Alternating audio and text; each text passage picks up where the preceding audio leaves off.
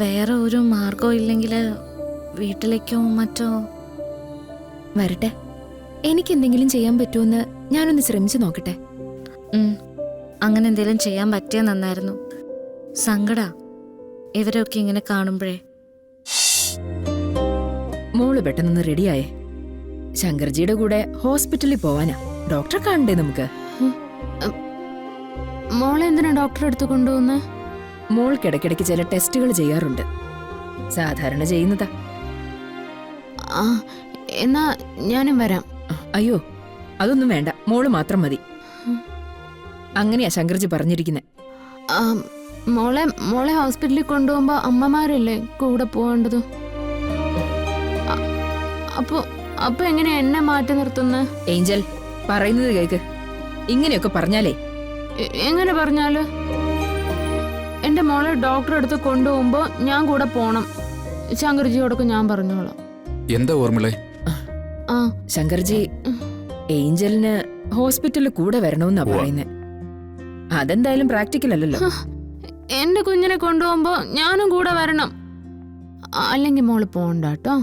ഏയ്, എന്തിനാ ഏഞ്ചല് ഇങ്ങനെ വാശിയൊക്കെ പിടിക്കുന്നത്? ഏഞ്ചൽ വന്നോളൂ. എന്നെ കൊണ്ടുപോവാ? അതിനെന്താ, രണ്ടുപേരും വേഗം റെഡി ആയിക്കോളൂ. ഒരു 10 മിനിറ്റിനുള്ളിൽ നമുക്കിറങ്ങാം. സ്നേഹേ, കൂടെ ചെല്ലൂ. വാ മോളെ. ഞാൻ പിടിച്ചോളാം.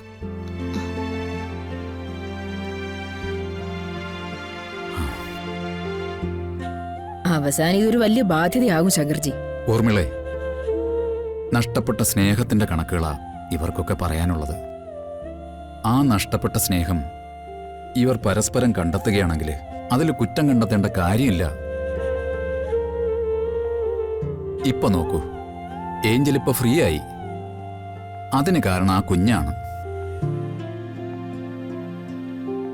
മുൻപ് പലപ്പോഴും തനിച്ചിരുന്ന് കരഞ്ഞിരുന്ന മീനാക്ഷി ഇപ്പോ അത് ചെയ്യുന്നില്ല. അതിന് കാരണം ഏഞ്ചലിന്റെ സാമീപ്യമാണ്. പരസ്പരം കൊടുത്തും വാങ്ങിയും പങ്കിടുന്ന സ്നേഹം ആരിലായാലും മാറ്റം ഉണ്ടാക്കും.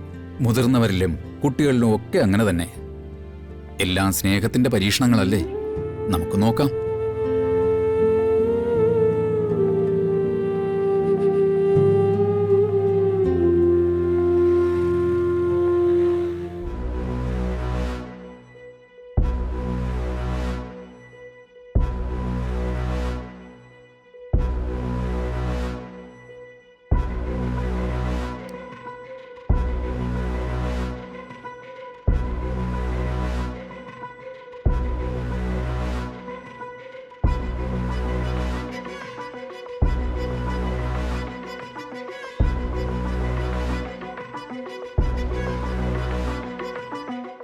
അമ്മ ഭക്ഷണം കഴിക്കാത്തതുകൊണ്ട് നല്ല ക്ഷീണമുണ്ട്.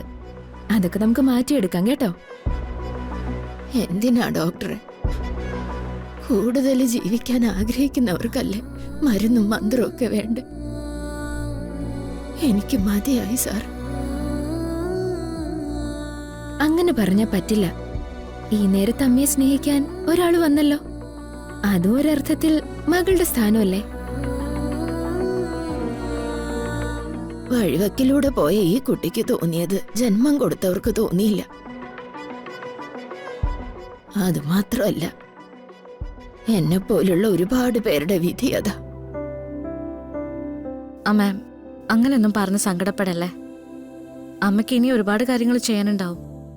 ദൈവത്തിന്റെ തീരുമാനം എന്താന്ന് നമുക്കറിയില്ലല്ലോ. സിസ്റ്റർ, IV കൊടുക്കണം. ഞാൻ കുറച്ച് കഴിഞ്ഞൊന്ന് നോക്കിക്കോളാം.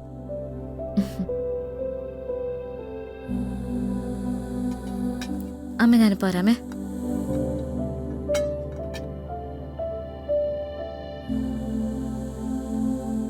ഡോക്ടർ, അമ്മയുടെ മുൻപിൽ വെച്ച് ഡോക്ടർ അങ്ങനെ പറഞ്ഞു. ശരിക്കും കുഴപ്പമൊന്നുമില്ലല്ലോ? ഇല്ല, ശരീരത്തിന്റെ ക്ഷീണവും മനസ്സിന്റെ പ്രയാസവും ഒക്കെ കൂടെയാ. ഓ, അല്ല, ഇവിടുന്നിപ്പോ ചികിത്സ കഴിഞ്ഞ് കൊണ്ടുപോയാലും അവർക്ക് പോകാൻ വേറെ ഇടമൊന്നുമില്ലല്ലോ. അതെ ഡോക്ടർ, ഞാനും അതാ ചിന്തിക്കുന്നേ.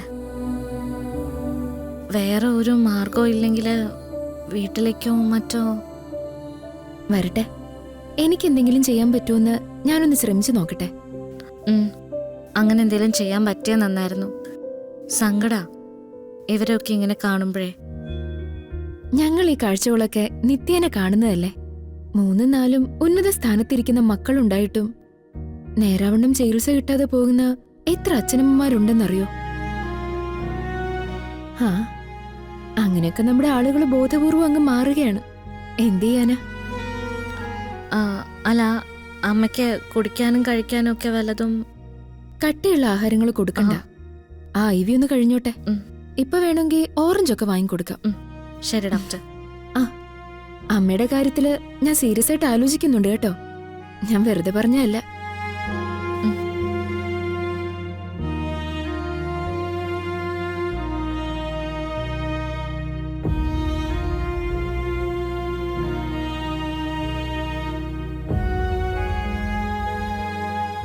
അമ്മ കുഴപ്പമൊന്നുമില്ലല്ലോ? കുഴപ്പമില്ല മോളെ. ഇനി മോള് പറഞ്ഞതുപോലെ എന്നെ കൊണ്ട് ദൈവം എന്തെങ്കിലും തീരുമാനിച്ചിട്ടുണ്ടെങ്കിൽ അതങ്ങ് നടക്കട്ടെ. സിസ്റ്റർ, ഞാൻ കുറച്ച് ഓറഞ്ച് വാങ്ങിച്ചോണ്ട് വരാം. ഡോക്ടർ കൊടുത്തോളം പറഞ്ഞിട്ടുണ്ട്. ശരി, പോയിട്ട് വാ. പോയിട്ട് വരാം.